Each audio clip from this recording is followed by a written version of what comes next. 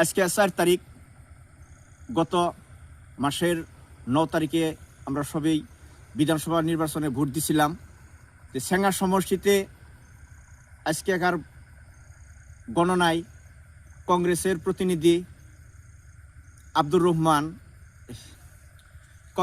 আব্দুর রহিম বহুত ভোটে জয়লাভ করছে।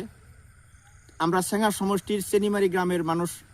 চেনিমারি গ্রামের মতন একটা ঐতিহ্যময় গাঁও আজকে সম্পূর্ণ ব্রহ্মপুত্র নদীতে বিলীন হয়ে গেছে।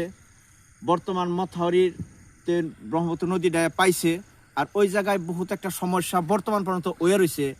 আশা করি নবনির্বাচিত কংগ্রেসের বিধায়ক আব্দুর রহিম সাহাব আমাগো এই সমস্যাগুলোর সমাধান করব বলে আশা করলাম। যে আপনারাও কমেন্টে জানাবেন আমাগো এই লয়ার আসামের, তারপরেও সেঙ্গা সমষ্টির যুগ ধরে নদীর যেটা সমস্যা, গড়াখানের সমস্যা, এই সমস্যা আমাগো বিধায়ক, নবনির্বাচিত বিধায়কের দ্বারাই কি রকম সমাধান হবো কিনা আপনাদের মতামত কমেন্টে জানাবেন বলে আশা রাখলাম। ধন্যবাদ।